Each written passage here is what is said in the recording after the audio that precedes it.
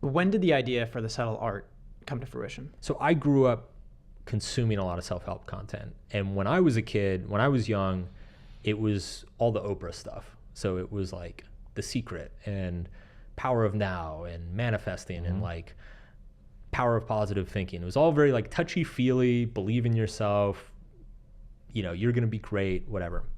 And being a millennial, like millennials were kind of known for just being disaffected and cynical of everything. And I read all that stuff as a teenager, and by like my mid-20s, I was a little bit bitter about it. I was like, this kind of feels like bullshit. Like, it makes you feel good for a little while, but it doesn't actually change you. It doesn't actually like create any behavioral change.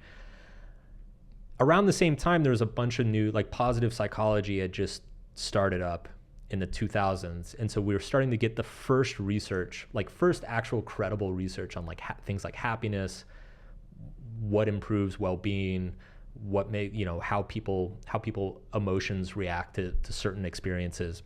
And so I started diving into that content, and it turned out that like a lot of the actual academic research on happiness and emotions completely contradicts like the classic self-help stuff. Thinking positive all the time doesn't always necessarily help you. Feeling good about yourself isn't necessarily always a good thing. So I basically started taking a lot of that academically rooted information and then zeroing in on that contradiction of like traditional self-help, right? So I would take, you know, a piece of research, and then I'd create an article called this is why you shouldn't try to be happy, or like stop trying to be happy, which back then that was super controversial take in the self-help space. And so people would click on it. They're like, what? Stop trying to be happy. Like they click on it and then they start reading it. And it's actually like, no, it's like rooted in a lot of like very logical arguments of how this sabotages you. And so that was basically kind of the initial Mark Manson piece of content. Like that was what I became known for.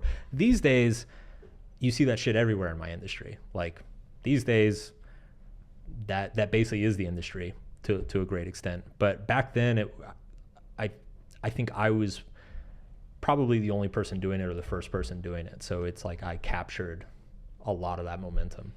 Do you think any of like the OG self-help books have any value? Because for me, I read The Power of Now, and I thought that was like one of the best books I've ever read. Yeah. And I've read a lot of like self-help books. Sure. None have made the impact on me that book has.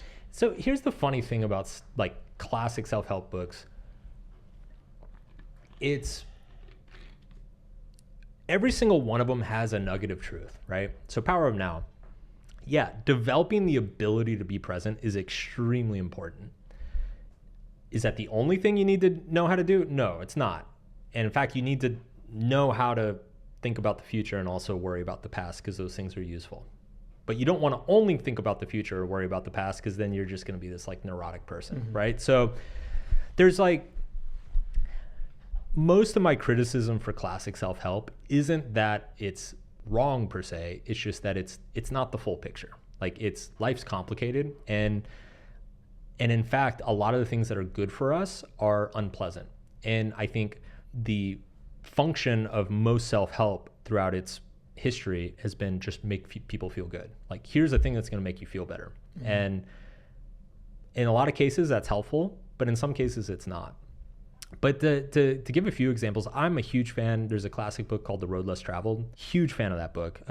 Him, Scott Peck. I like the Four Agreements a lot. Like, it's got all this like shamanic universe, blah, blah, blah, which I'm not really into. But like, in terms of just four simple concepts that you can read that book in an hour, and those four simple principles that it gives, like, will probably make everybody's life slightly better. Like, that's a good book. So I trash the industry a lot, but you don't want to throw the baby out with the bathwater. Like, it's, as with most things, it's complicated. I feel like with The Power of Now, the part that I didn't necessarily like was like the whole reframing of your entire mind and your behavior and your personality and your character, the way that you see life.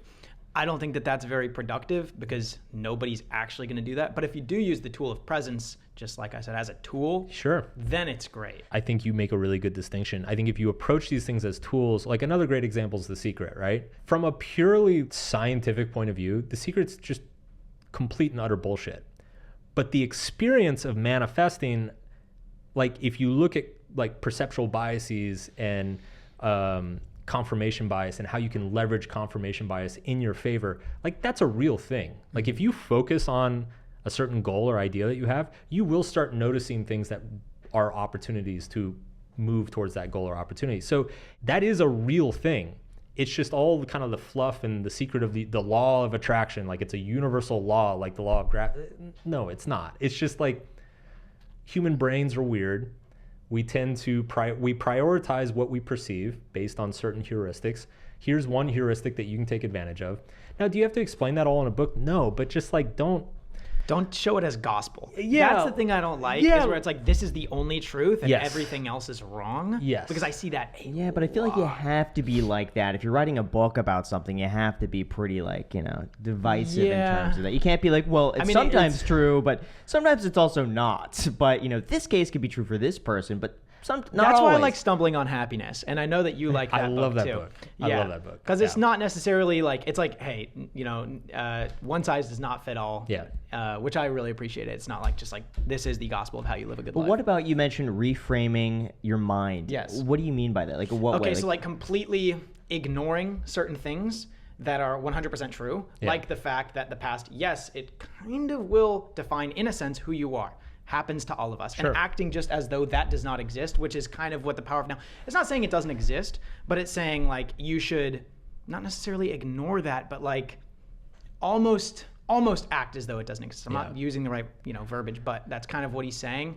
And I don't think that that's a very productive way, because you're ignoring something that is 100% true.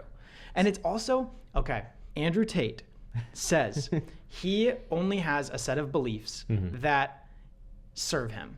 Yeah. Even if he's ignoring things that are biologically true. So he says he does not believe in depression. Now, I know that may come off as silly, but he does not believe in it because to not believe in it does not allow him to be depressed, is his logic. And if that's not true for everybody, but if it just does so happen to be true for him, right? Yeah. If it works for him. I don't believe in taxes. They just don't exist. Right. Well, like, it doesn't serve me. But that belief wouldn't be serving you, right? Because then you'd be back on your taxes. But if he doesn't believe something, and if it works for him, what do you think about ignoring certain things that are 100% true to carve out a belief system that only serves you, even if you're living in blissful ignorance of certain things? It fucks you up. You think so? Absolutely. It will. Maybe it wins for a month, maybe it wins for a year. Eventually it will come and bite you in the ass, because any part of reality that you ignore, you are preventing yourself from building the tool sets and the ideas necessary to handle that aspect of reality. So if, God forbid, Andrew Tate ever becomes depressed, or somebody very close to him in his life becomes depressed, he's going to be completely ill-equipped to deal with that situation. And very much like not believing in taxes, as soon as the IRS shows up, suddenly it's not in my interest anymore, right? So how do you, first of all, you get this fuzzy definition of like what is actually in your interest on what time scale? Like, okay, it makes you feel better today, that's great, but what about a year from now? What about 20 years from now?